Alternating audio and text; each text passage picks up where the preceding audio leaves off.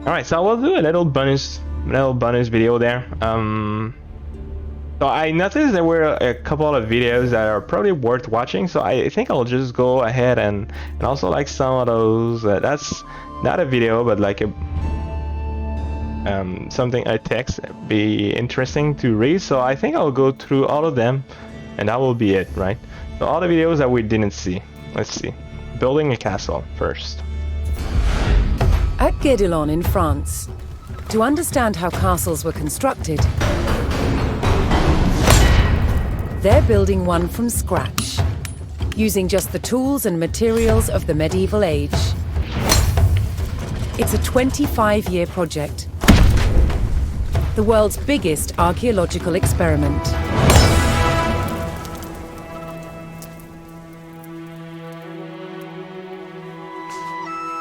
The most important defensive feature of any castle was the wall surrounding it. Castle walls had to be incredibly thick in order to resist attack and absorb the impact of projectiles fired from trebuchets. The curtain wall was over 20 feet deep, interspersed with towers. In earlier Norman castles, they were square. But while on crusade, European knights saw that eastern towers were round. They realized that eliminating corners not only made them stronger, but also provided a better view of the surrounding landscape. Completing the walls will take some 30,000 tons of sandstone. Transport costs in the Middle Ages were incredibly expensive. So having a good supply of local stone close to the castle was vital. To extract it from the quarry, first a row of holes is hand-drilled.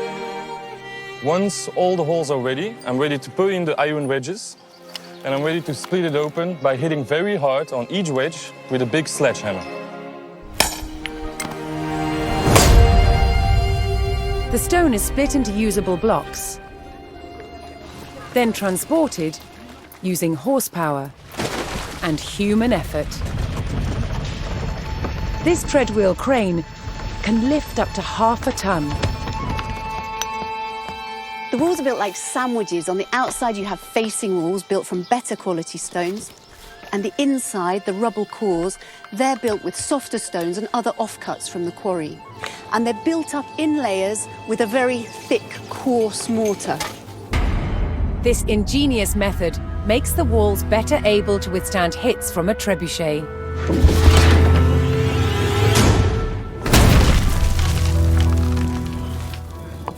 Sandstone is too hard to be carved into intricate windows, vaults, and steps. Instead, softer, more expensive limestone is used. These sophisticated building techniques make castles the ultimate feats of medieval engineering. It's a testament to their construction that so many still stand today. All right, that's pretty impressive for sure. Huh. Okay, that's a lot of stone for sure, and everything was made by hand, of course. So, let's see now this. The Nova Stella Novus Rex. In April 1066, a bright star with a long streak tail appeared in the night sky and burned for weeks. Its appearance coincided with the imminent invasion of England by William of Normandy. To William's soldiers waiting eagerly to set sail from Normandy, it seemed that the star trail pointed directly at the Saxon king's castle in England. This was a divine guarantee of victory. It inspired the Normans' rallying cry, Nova Stella Novus Rex, a new star, a new king. Okay, by the time the star passed, the Saxons' king Harold lay dead, killed at the Battle of Hastings, and Williams the Conqueror became King of England.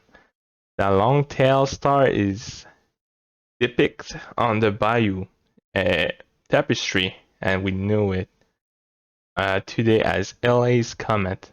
Okay, so yeah, if you remember, that was a moment where we move and kill the king, Harold, I think. right? So William was now the new king of England. All right, let's see this one now. We have, first of all, we have this. The Doomsday Book. William won England by the sword and the merciless in replacing the Anglo-Saxon barons with a more loyal Norman nobility. Is heiring of the north, killing thousands, but it was the land survey that truly cement his rule. In 1085, William sent out surveyors across England to record the land holdings of everyone in his kingdom. So throughout was the survey, it was said to be if God was recording the state of the world of Judgment Day. The resulting Doomsday Book became the basis for land rulings for the next 8 centuries. Wow. Although William's heirs will fall into conflict over the throne, the Doomsday Book enshrine his people as the ruling class. That's quite impressive for sure. North to work. Did we see this one? Yeah, I think we did. So now let's see the crossbow. One weapon more than any other dominated warfare in the Norman period: the crossbow.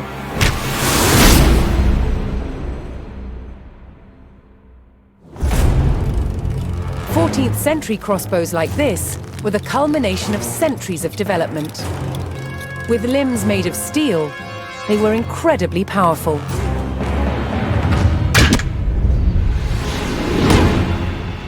But earlier Norman crossbows had limbs made of wood. There was a limit to how powerful these wooden bows could be. So the idea that Norman crossbows were a powerful weapon is really a myth. Despite this, they were effective at medium range, and that was enough in battle. Drawing the bow repeatedly took a lot of strength. Thankfully, help was at hand. A crossbowman spanned his weapon with a device called a belt and claw. This gave him extra leverage, allowing him to use his back and legs to draw the string.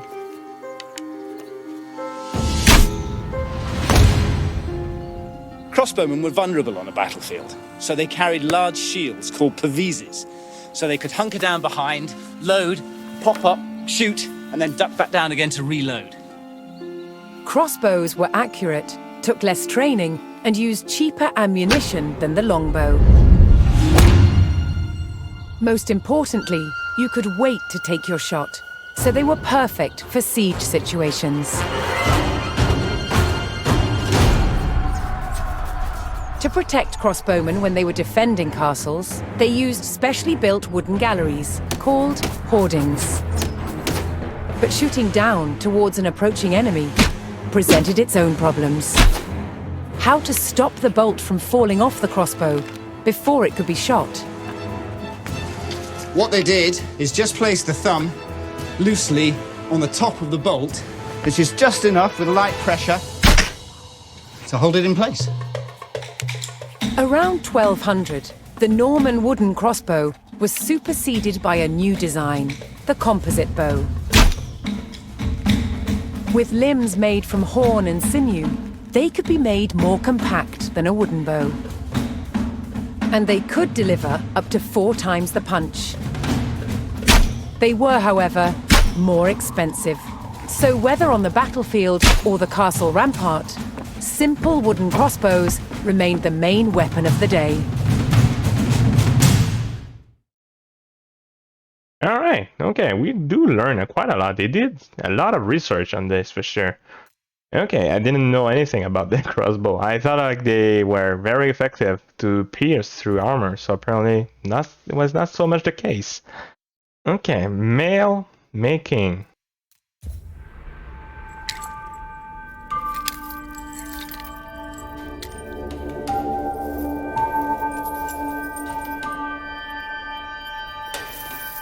By 1100, the medieval knight was dressed from head to toe in mail. Mail is really like a metal fabric. It moves and behaves like a cloth, but is actually made of hundreds and thousands of interlocking iron rings. It could turn and deflect a sword blade. As an armour, mail didn't work all by itself. It needed the addition of a padded coat. The coat absorbed the shock of the blow whilst the mail turned away the cut. Together, they formed an incredibly effective protection.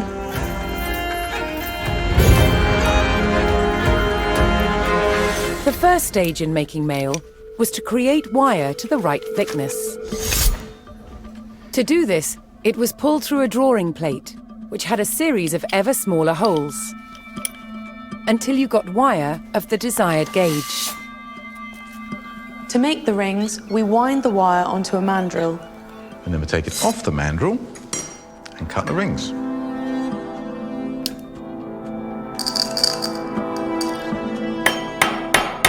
So I've flattened the overlapping ends of the ring and I've pierced a hole through it.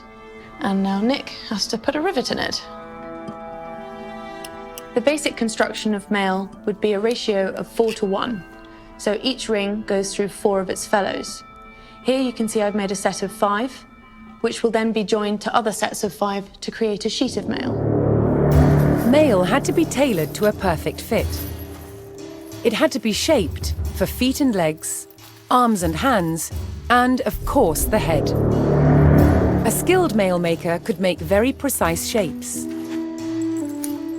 Of course, for more complicated parts of the body like elbows, we can actually tailor it in 2 different directions at the same time. Yeah, so if we fold this in half, we have an elbow. One of the main benefits of tailoring in mail was that it meant a knight didn't have to carry a single ring of extra weight that he didn't need to. The mail to cover a knight from head to toe required about 200,000 rings.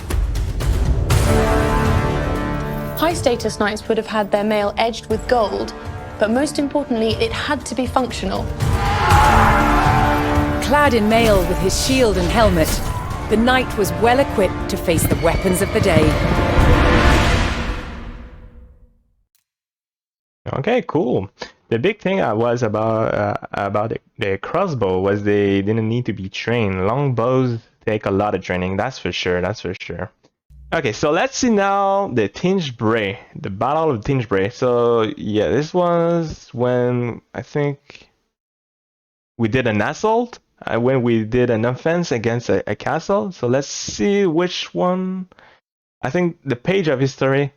Yeah, we've not seen this one. We already seen the other video, but not this one. The taking of Caen.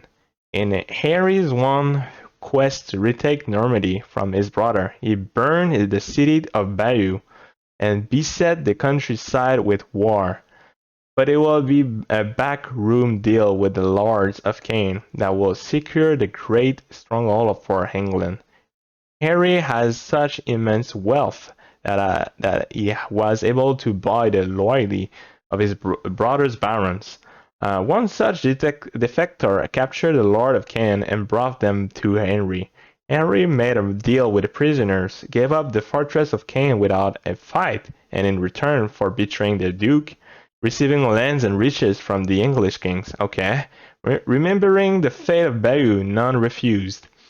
Caen became an important stepping stone in Henry's conquest of Normandy. Yeah, okay.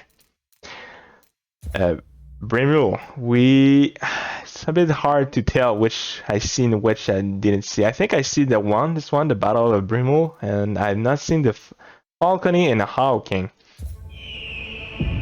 Norman domination over England was marked by their imposing castles and new laws. But one passion of theirs also impacted the land: hunting.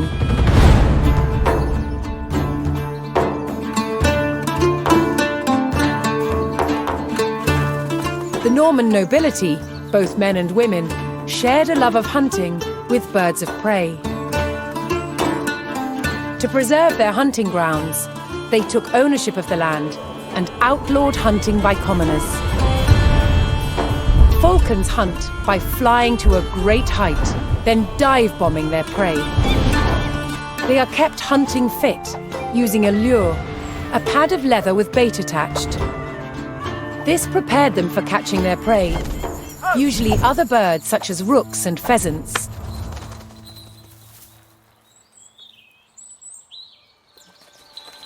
While out hunting, a falcon might give chase to its prey far from the party. So, riders would follow them cross-country on horseback to witness the action. After a falcon had caught its prey, it was fed and would not fly again that day. This meant many birds had to be taken on a hunt to keep the nobility entertained.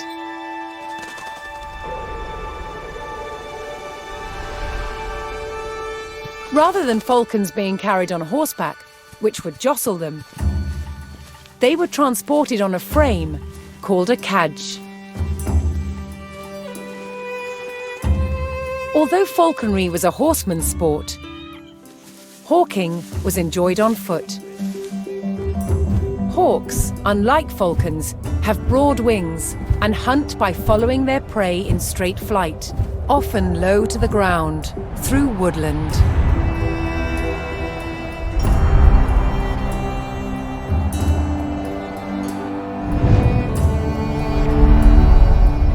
Hunting by sight, a falcon's vision is highly developed.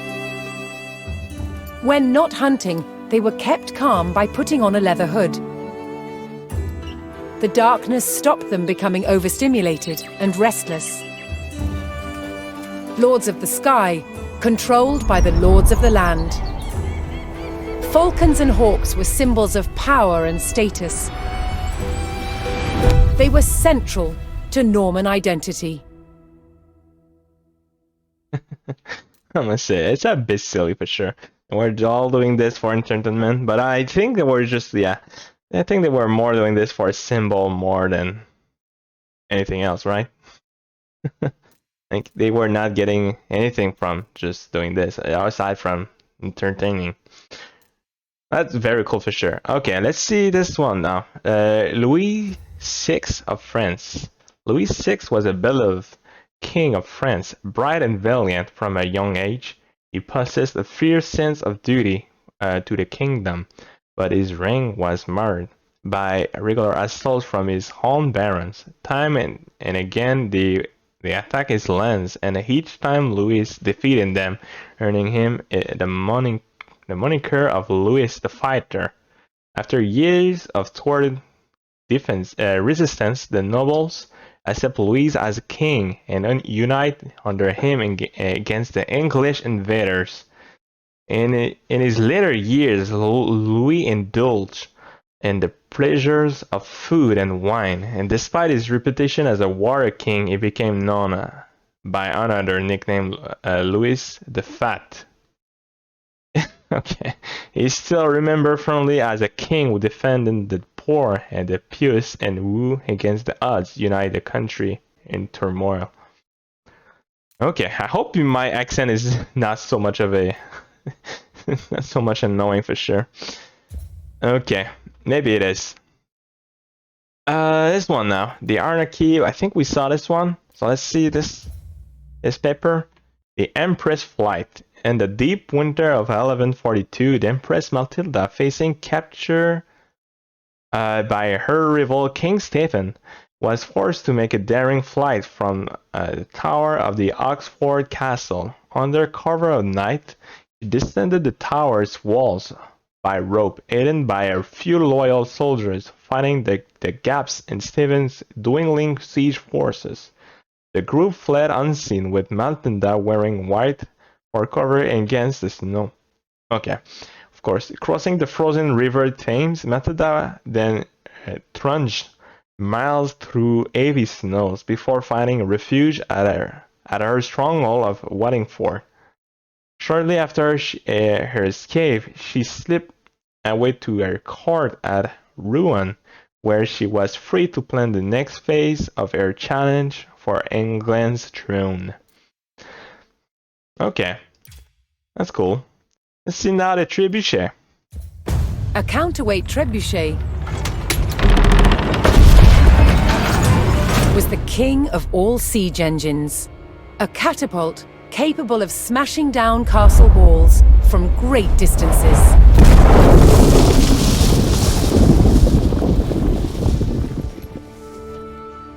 At Warwick Castle in England, they've built a replica, one of the largest in the world.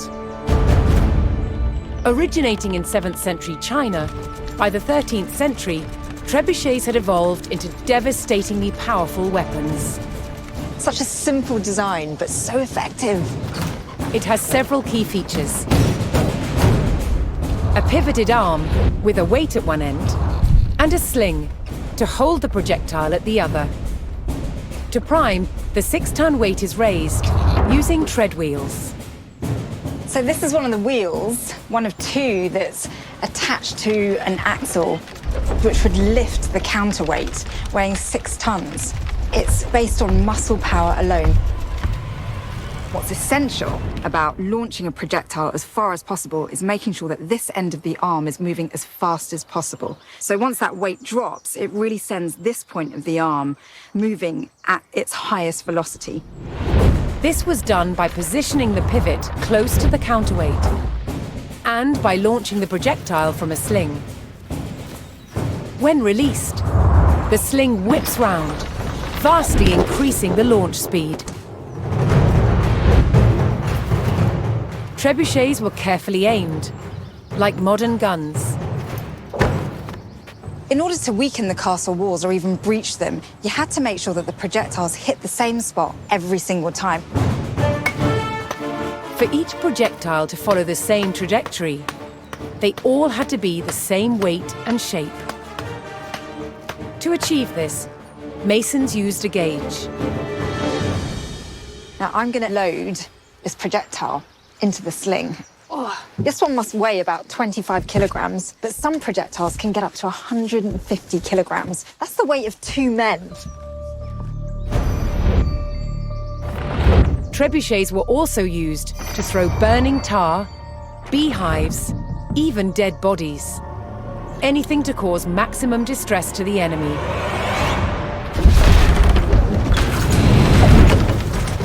Did you hear that whoosh? It was the counterweight trebuchet's lethal combination of power and accuracy that made it the ultimate medieval siege weapon. Okay, I must say at first, like, they did reuse quite a lot of the AO2 Age of Empires 2 soundtracks for sure. I did recognize a lot of sounds. That's kind of funny because they did rearm the trebuchet kind of the same way, like to lift the weights, the same way that they were lifting the weights for the castle. So at the same time, it's not so much of a surprise, right? The Angevin Empire. When King Stephen died, Matilda's son Henry ascended the throne of England. So I think they did a pact where Stephen was the king, but now. But being the king, Matilda's son should be like the king. Now that was the deal there. And so when King Stephen died, Henry ascended to the throne of England. He became the first king to rule over what is known as the Angevin Empire. Henry was an active and ambitious ruler determined to expand and protect the heart of his empire. He personally traveled the extent of these lands, making deals, crushing rebellions, and annexing new territory. Henry acted so swiftly and with such audacity that the King of France described him as seeming rather to fly than to go by horse or ship. But just as Henry and sister had struggled to maintain their power, so the Angevin kings, will rule for only 2 more generations before the empire fractured, once again leading England to war. Yeah, there was a lot of those, right? Okay, so those are like the 3 last during the reign of the little King Henry, age of 9 years old. Rising high above Dover's White Cliff stands one of England's largest castles. First built by William the Conqueror to prevent another invasion, it defended England for centuries. Every part of its construction, from its soaring watchtowers, its overhanging fire platforms, its reinforced deep ditches, and concentric walls, was designed to impress, impose, and stand strong. But in 1216, Dover held back the French siege due to more than just its construction. The castle commander, Hubert de Burgh, inspired a die-hard English resistance in the face of a full French invasion. His men defended the fortress and their king with unwavering determination. De Burgh described the castle as the key to England. Yeah, we already learned that. And thanks to its design and the tenacity of its garrison, it managed to firmly lock. Rochester, medieval paint. Let's go. People often imagine that castle walls were just left as bare stone, but in fact they weren't. They were plastered, painted, and decorated.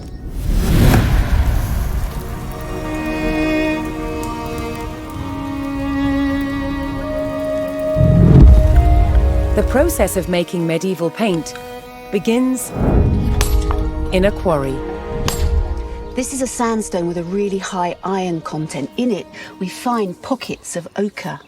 This is iron oxide, like rust, and the ochre is one of the main ingredients in pigment making. First, the ochre is crushed into a fine powder. The finer the particles in paint, the better the paint will be. Once ground up, water is added. Then the mixture is sieved. This is the exact opposite of making pasta at home. At home, when you sieve your pasta, you then keep it for your meal. Here, what's going to end up in the sieve will be discarding. What's needed are the tiny particles suspended in the water. Once it's dry, it's going to look something like this. You can see that all the water has evaporated, leaving just this very fine crust, which will then be ground into the fine pigment which is used to make paint. But ochre's colour palette doesn't end there. If it's heated, something magical happens. Yellow ochre turns red. And heating it for even longer creates a whole spectrum of colours. It's been burnt for over 72 hours at 1,000 degrees Celsius, and that gives us this incredible purple colour. To turn the pigment into paint, it's bound together with egg and tree sap. A popular motif in the Middle Ages was the use of stones and roses. That's where you paint on blocks of stone to make it look like you could afford to pay stonemasons to produce dress blocks of stone and then decorate them with 5-petaled flowers. So, medieval castles were far from the gloomy places we imagine today. They were full of colour and light. All right. Cool, very cool, and very interesting for sure. All these videos have been very interesting. We've been learning quite a lot of those. Okay, so over here we have this over here, Nicholas, Sheriff of Lincolnshire. In the upheaval of civil war, Lincoln Castle became a critical fortification in the fight of England's crown. At the forefront of his defense was an unlikely figure, an aging woman. Lady Nicola de la Haye lived in a time when husbands were the gatekeepers of their wives' power. Yet, through grit and loyalty, Nicola became an admired and even feared custodian of Lincoln.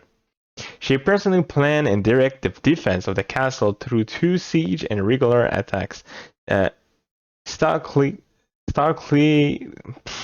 holding their position against the odds. King John and her heir, Henry III, owned how their crowns to Nicola. They spoke of her fondly as our beloved and faithful Nicola de la Haye.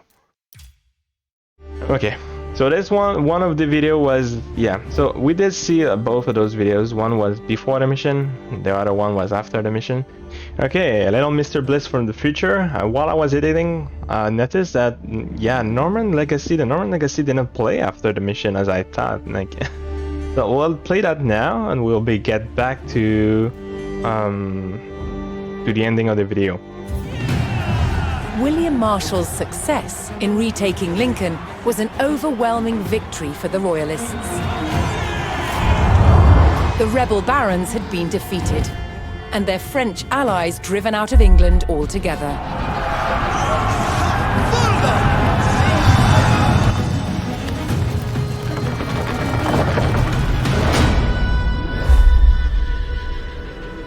William Marshall now focused on creating a stable kingdom for the young King Henry III.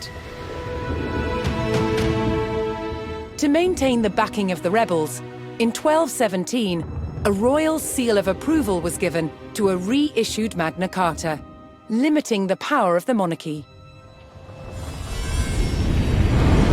Many barons held lands in both England and Normandy.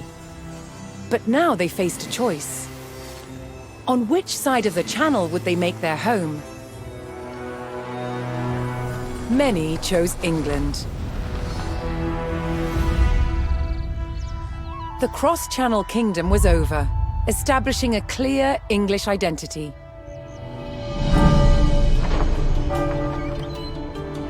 But the impact of the Normans on England's evolution is still felt today. Almost 1,000 years later, the surviving Norman castles and cathedrals still dominate the landscape.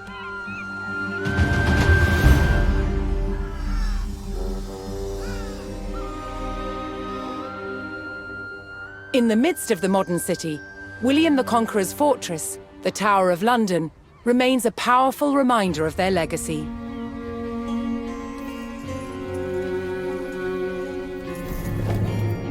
But it's the unseen influence of the Normans that endures.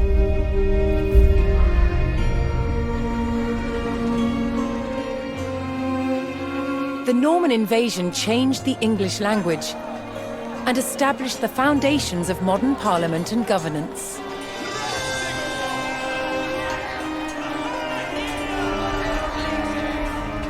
And it's all because one man, William the Conqueror, claimed the English crown that he believed by rights was his. The Normans conquered a country and changed the course of England forever.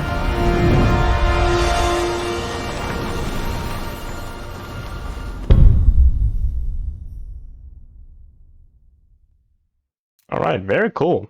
So all in all, I think the Normans campaign was very fantastic for sure. What I liked the most was all the historical events. We feel like we were actually like a soldier of the time. We were trying to save England, and we did learn like a couple of stuff for sure, like the kings, the transcendence of the kings during the course of the years. And like all the revolts and all the rebellions, and you know, sometimes we were the one that was trying to take care of we were the one that was leading the rebellion. Sometimes we were the one defending against those. Yeah, so that was very interesting. For the missions though, I feel like we were having the missions were a bit similar a lot of the times. Well, the last one was quite interesting because it started first as we were micromanaging the fortress and trying to hold this, while after like a couple of times we were having a town, and with this town we would be able to produce our force and, you know, destroy the French, their little camps. So I think we were having a lot of this kind of mission where we were supposed to hold a fort. I think that was a bit too much. I don't know. I would have enjoyed having more of the maybe micromanagement kind of mission, or maybe something different a little from just like doing an offense or doing a defense. Maybe not. Maybe it could have been like capturing something or protecting a friend or something. I don't know. But all in all, I really like this. I hope you too love the Normans campaign. For the next, we'll be going for the 100 Years War. So thanks for watching and see you there. Ciao.